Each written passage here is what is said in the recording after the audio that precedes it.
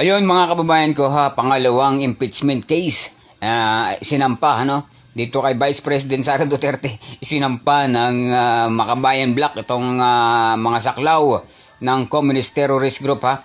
Talaga namang bakit nga ba itong mga Communist Terrorist Group, itong mga miyembro ng Communist Terrorist Group ay talagang gustong-gustong pabagsakin itong si Vice President Sara Duterte. Bakit nga ba?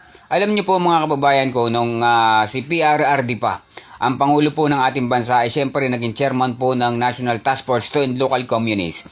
Ito pong si Vice President Sara Duterte. At marami pong bumagsak na guerrilla front, itong New People's Army sa bawat kanayunan. Ito po ang nakikita po nating dahilan kung bakit itong mga saklaw po ng Communist Terrorist Group na Makabayan Black ay talaga naman pong gigil na gigil para patanggalin sa pwesto ito pong mga Duterte o itong si Vice President Sara Duterte.